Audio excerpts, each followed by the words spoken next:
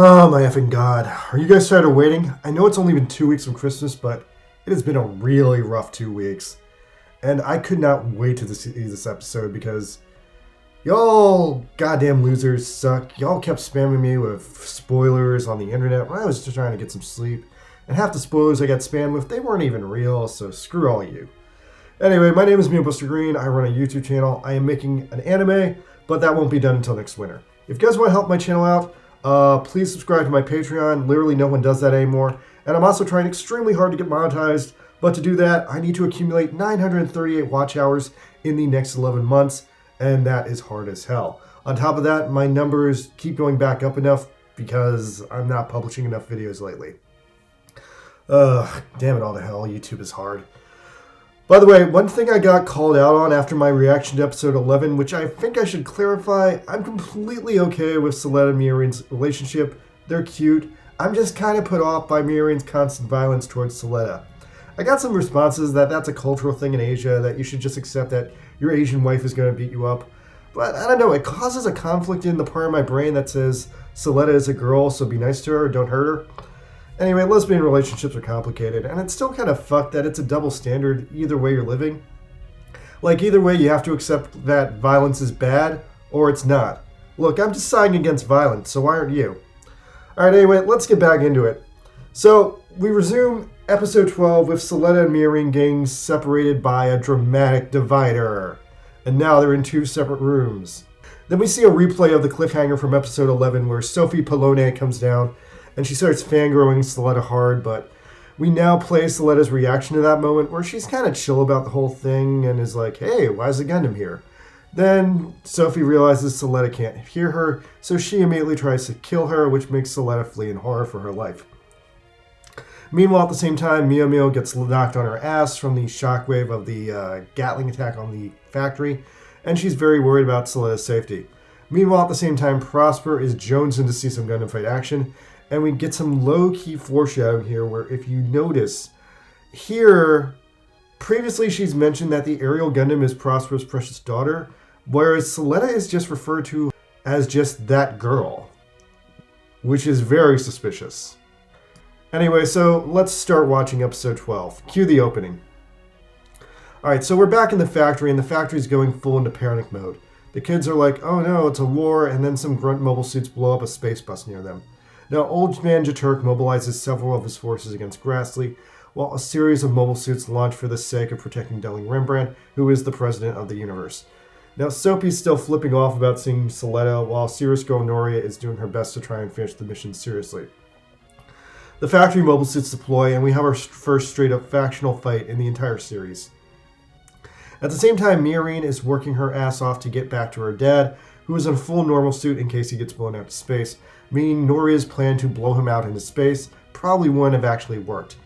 At the same time, Sophie goes permit score 2 and starts Gundaming all those Grassley mass production Secret Service units.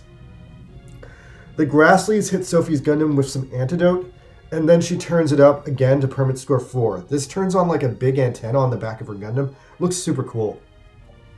Also, Sophie is obviously taking some major damage from the permit.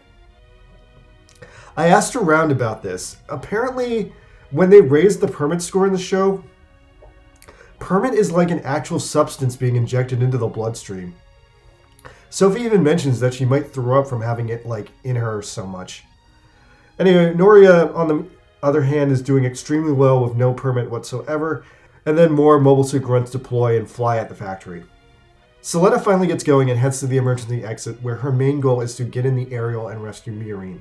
Meanwhile, Miorine's dad kind of dies from getting like a piece of shrapnel stuck in his back, and then randomly tells Miorine that saving her life is the last good thing he can do to appease his dead wife's spirit. So Miorine has this like dramatic final talk with her dad, and as he bleeds, they kind of clear up a lot of their own baggage and misconceptions with each other, and now they're finally getting along for like the first time in their entire lives. Then we go back to the mobile suit fight. A bunch of ground troopers with guns deploy, and they start killing everyone in the factory. This group also seems to be dead set on assassinating Delling. At the same time, all the Earth kids have successfully evacuated back into their school bus. It seems like they're going to escape okay, but then Nika sees some giant bullets flow by, and realizes that they're fighting Earth people because Earth people would use bullets and not beam weapons. So then Nika sees one of the Gundams about to shoot her, so she uses some Morse code and signals to Noria not to kill anyone. But at the same time, everyone sees her do it, and they're like, what the fuck, Nika? What is wrong with you? You're a terrorist. So then we flip over to Bob. Bob is also having some major drama. Bob was with the terrorists, but in all the confusion of the battle, Bob makes a play to escape. He runs away. He's going to try to find Suletta, and he heard that there's a Gundam in the plant. So Bob steals one of the Jeturk grunt units and flies straight at Plant Quetta.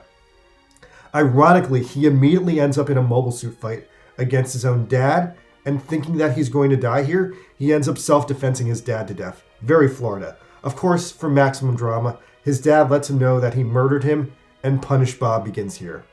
So the terrorists and Suletta reach the aerial Gundam at the same time, and Sophie's jazzed to have a Suletta fight. Prospera then shows up, and being the awesome mom she is, kills all the terrorists and saves Suletta.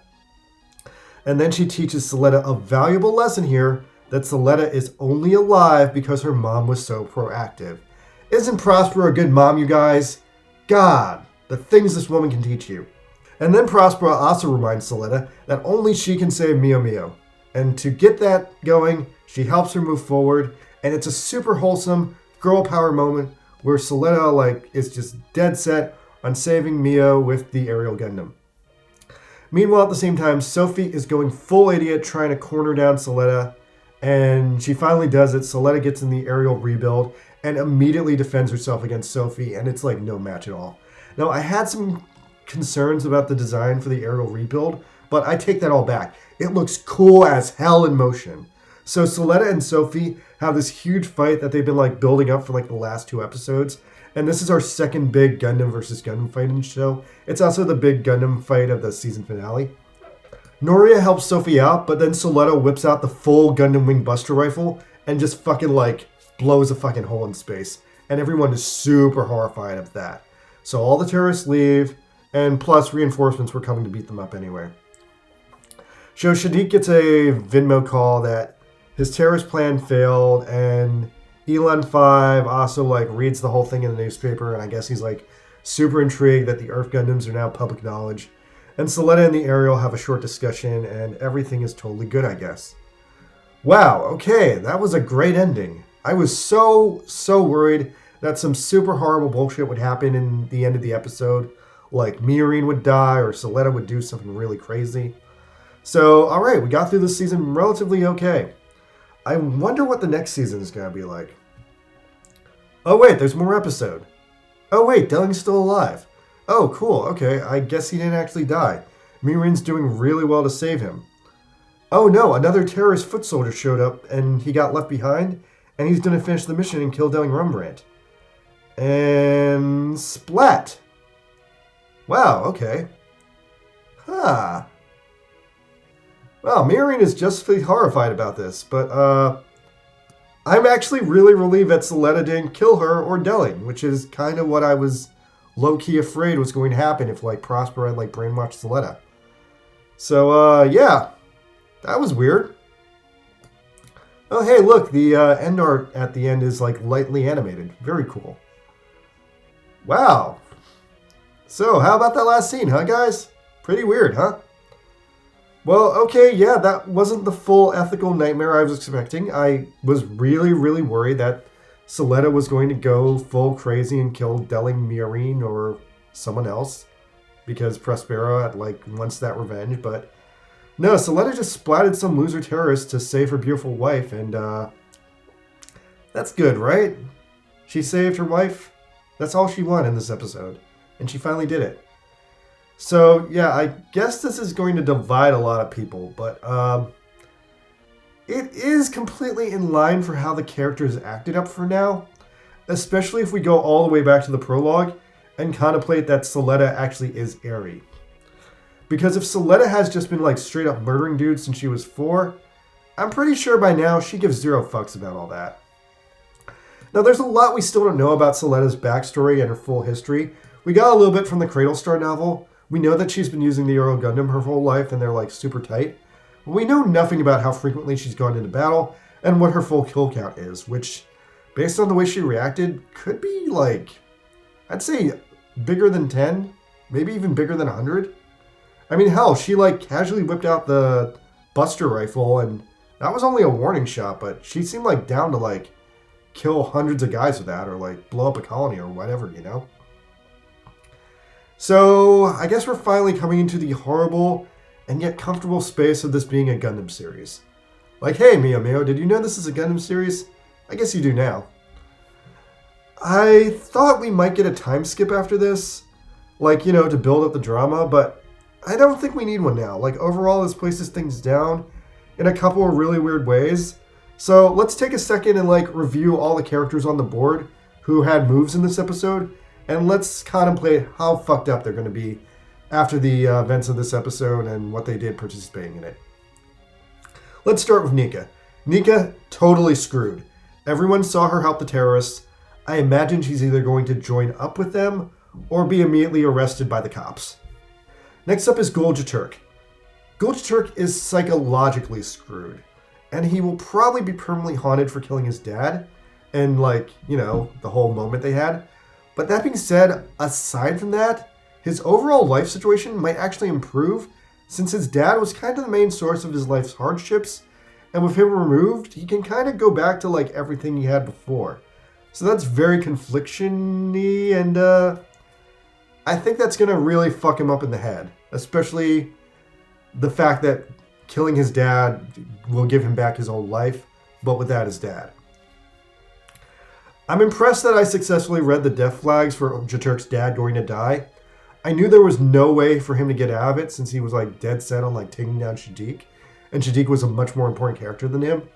But I feel like the way they ended up fighting each other and killing each other felt a little random to me. Like, personally, I feel like they just could have played that a little bit better, but it also felt random to me because I didn't know before now that Jaturk's dad was a frontline mobile suit pilot, and nor did I expect him to go full gung-ho and try to like kill as many terrorists as possible and die in the process. Elon 5 is only in this episode for a second. He's semi-alerted to the presence of the Earth Gundam girls, but he seems to not want to fuck with any of that, and why would he? He's just like a fucking stunt double. The Earth Gundam girls went back to Earth. They will fight another day. Oh, and Sophie is definitely going to die next time she fights Suletta. Too much of a stalker. Oh, and hey, maybe Nika will join them and they'll become like the Black Tri-Stars or something. Throw that down on the bingo board. Oh, and shit, if the series does go full Zeta Gundam, maybe Nika and Choo-Choo will kill each other over ideological differences like 40 episodes from now. I can totally see that happening. Next up is Lady Prospera, so she's still playing the long game here. I was very surprised that she was totally not involved in the whole terrorist plot going down this episode, but then again, why would she be? Her deal is to play out the Quiet Zero plan now, whatever the fuck that is. And to execute the Quiet Zero plan, she needs Delling Rembrandt alive, since he's her co-conspirator in that. So, wow, I'm honestly not really sure what she's fully up to. I thought up to now her whole, like, long con was this revenge scheme on Delling Rembrandt. This throws it into some question, but not entirely. It could be that she is planning to use the Quiet Zero to ultimately fuck him over for an even more fabulous revenge. So I think that's my thoughts on like what she's doing. Meanwhile, Delling didn't die, he's just critically injured. He could still die of his injuries after the episode though, but I think he's probably going to hang in there because like, I think he and Mio like need to do something together now that they like fully like rebuilt that bridge and they're like good with each other now. I really thought his death would like create a major status change for season 2, but I was completely wrong about that. It seems that the main thing that's going to cause a status change in season 2 is that Suletta just committed one of the dorkiest flat-out murders I've ever seen in anything, and she did it all to protect her adorable waifu. Oh, and by the way, some people are calling out that the scene is a ripoff of when another Gundam character did something really similar and kind of sketchy recently. I am way less bothered by it here because it completely tracks with Suletta's character up to now, especially if I'm right and Suletta is Eri. Or if Prospera has at the very least raised Suletta from birth to be an OP Gundam pilot murder machine. Whereas with that other Gundam character, it just felt like an edgy character moment to shock some people. Anyway, so this now all puts Miorine in a super weird position. I think either she's going to remain horrified of Suletta and they're going to break up, But I also think she might still be stuck with Suletta because of the whole Gundam dual marriage deal. I think she will at the very least take some time off and like get away from her and like probably stop going to school for a while because, you know, her dad almost died and like she needs the space. But I think she might still be stuck in this bizarre marriage with Suletta. And it's gotta be weird since she's now kind of afraid of her. Maybe Miorine should just sit Suletta down and have like a sensible conversation with her that splatting people is wrong. But I really doubt that'll happen. That would be way too easy and not dramatic enough. So there's so many ways this could go completely insane. I've been getting these feelings that over the course of season 1, Miorine is potentially the main character of the show, and Suletta, meanwhile, could be anything. So that creates this horrible situation where Prospera is laying her hand down hard, and that could lead to Prospera being the main bad guy, and Suletta being like her enforcer and like a sub-bad guy. And I think this is the first episode where I think that theory is a lot less far-fetched and a way more serious possibility. Like, theoretically, Miorine could fully ally herself with her dad, and they could go all in together on, like, killing Gundams, and just, like, completely reverse track on, like, everything she's done in the series. Then they could just, like, kick Suletta and Prospera out of town and, like, become enemies with them. That's not impossible for a Gundam series. There have definitely been some past series where the protagonists have gone, like, full loser, full villain by the end of it. So, yeah, maybe this is, like, falling in that trend. That sucks, though, because I still care about Suletta. I still want her to do well, and I want her to be a hero. I don't know. I still really care about Suletta. And even though she does do heroic actions here, you see in this episode that she just has no respect for human life. But I understand it. It gives me minor vibes of, like, mid-2000s Crazy Girl pilot from, like, previous mecha shows. Like, anyone remember Anemone from, like, Eureka 7, the TV version? Or even deeper cut here, Cynthia Lane from Overman King Gainer. That chick had no sense of human life because she was raised on video games. And that's kind of a similar sort of vibe to what I'm getting from Suletta here in this episode. I think she probably just got a deep body count to be this blasé about the whole thing. Anyway, everybody, let me know what you think. Please drop a comment. And yeah, let's start waiting because Season 2 is not coming out till April 2023. So you guys have 3 hot months to think this over. It's definitely going to be a rough couple months to wait for it. I'll be posting some other stuff in the meantime to keep you guys interested in my channel. Japanese TV is going to re-air Gundam NT, Hathaway's Flash, and Thunderbolt. So maybe I'll review one of those. Also, I'm super definitely closing in on beating Super Robot Wars T. I'm guessing I have like 10 missions left. And then when I beat it, I promised I'd play New Gundam Breaker on the stream. So if you guys please keep watching, I'll do that eventually. Alright, anyway, please watch some more of my videos so I get monetized. Please, if you guys can watch for at least an hour today, that will really help me. Once again, 938 hours to get monetized. It's just a goal that keeps getting farther away. Alright guys, thanks. See you next time. Good night. Subscribe.